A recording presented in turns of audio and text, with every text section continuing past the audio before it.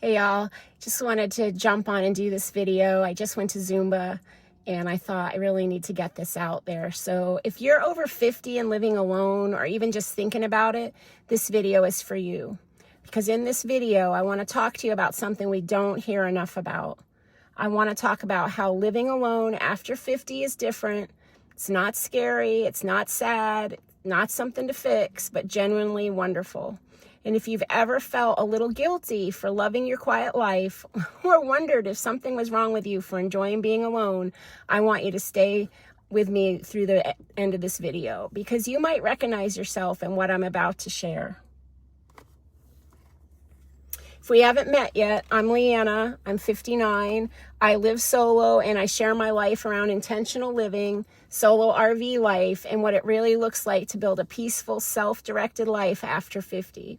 I talk a lot about slowing down, choosing peace over pressure, and creating a life that actually feels good, not just one that looks good from the outside.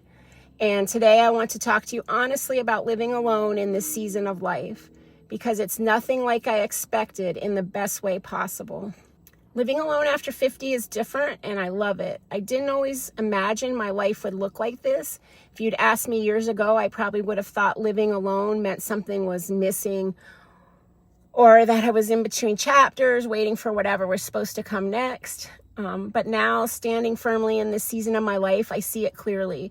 Nothing is missing. This isn't a pause. This isn't a backup plan. This isn't a holding pattern. This is my life fully lived. And it feels peaceful in a way I didn't even know I needed. And if you're watching this and quietly thinking, that sounds nice, but I don't know if I'm allowed to want that, I want you to hear this. You are allowed to want peace. When I was younger, living alone felt temporary. It felt like something I was doing until something else happened, until I met someone, until life settled down, until I figured everything out. And back then, living alone felt like a gap, something to fill, something to move through quickly. Now it feels like alignment. After 50, living alone doesn't feel like a failure or a fallback.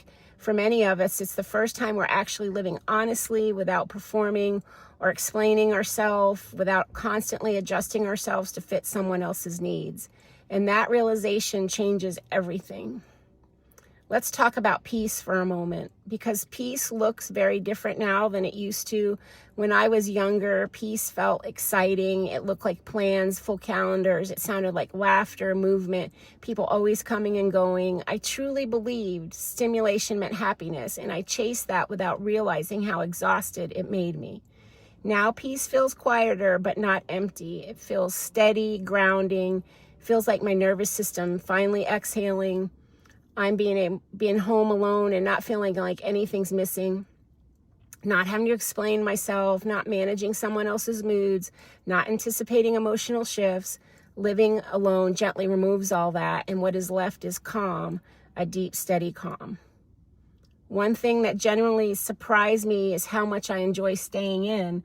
I really enjoy it, not because I'm tired of life and not because I'm afraid of the world. I enjoy staying in because my home finally feels like it belongs to me, not just physically, but emotionally. And this quiet pressure on women, especially as we age, to always be out there, socializing more, dating more, proving we're still engaged with life.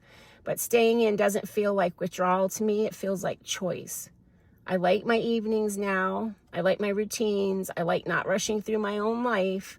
I enjoy simple cooking, sitting down to eat slowly, reading without interruption, and ending the day without feeling overstimulated. Home is no longer the place I recover between obligations. It's where I feel most like myself. And I think people often confuse being alone with being lonely, but those two things are not the same. Loneliness is feeling unseen while surrounded by people, where solitude is choosing your own company and feeling whole within it. I felt far lonelier in a relationship than I ever have living alone. Living alone took that kind of loneliness away. Now when I'm alone, I'm not performing or adjusting or waiting for approval. I'm simply being myself, and that feels incredibly grounding. If you've ever felt more alone with someone than by yourself, you probably understand exactly what I mean. living alone after 50, it kind of has changed my relationship with time. There's no one else's schedule to orbit around. I don't have to negotiate when to eat, when to go to bed, when to leave, when I'm coming back. Time softens. Mornings unfold slowly. Days begin to have a rhythm that belong only to you. And you start noticing things again, like the way light moves through the room, the sound of the coffee pot, quiet satisfaction of finishing something without interruption. This is presence, and presence is something many women don't experience until they've lived alone. One of the biggest changes I noticed was in my body. Living alone gave my nervous system a break I didn't even realize it needed. I hadn't noticed how alert I was all the time, listening, anticipating, adjusting, carrying a low-level stress that never turned off.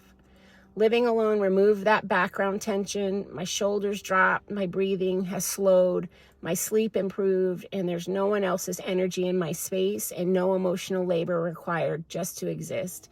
My home feels emotionally safe, and that kind of safety is deeply healing. People sometimes ask if I miss having someone around, and I understand the question, but the truth is I don't miss what made me tired. I don't miss negotiating every decision, explaining my need for peace. I don't miss carrying emotional weight that wasn't shared.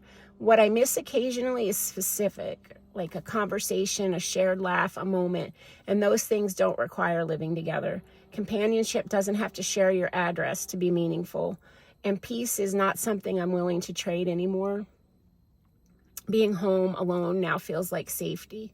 I know what my evenings will bring. I know what my morning will look like. There are no emotional surprises waiting for me. And there's no tension, no unpredictability, no walking on eggshells, no worried about making too much noise in the kitchen. And this kind of peace allows you to soften. And when you soften, you begin to heal. And you don't have to prove yourself anymore. You don't need to justify your choices, explain why you're happy or unhappy. You don't need to make your life look acceptable to anyone else. You know who you are. You know what you like and you know what you don't. Living alone reinforces that self-trust every single day. This isn't a phase. I'm not waiting for something better to come along. This is a full life intentionally designed around peace, autonomy, and self-respect. It's a life where home restores me instead of drains me, and I'm deeply grateful for it. Living alone after 50 is different because you are different. You're not chasing anymore. You're not tolerating. You're not confusing noise with connection.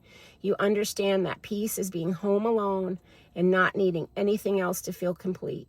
I love this life, and I'm done pretending that's something I should outgrow. If this resonated with you, I'd love to hear from you in the comments. And if you're living alone after 50 or thinking about it, tell me what this season feels like for you. And before you go, if this video resonated with you, I've linked another one right here that continues this conversation about living alone, slowing down, and choosing peace after 50. If you're in this season too, I think you'll really connect with it. And if this kind of content speaks to you, don't forget to subscribe. I share honest conversations about solo living, intentional life design, and creating a life that actually feels good in this next chapter. I'll see you in the next video, and have a great day.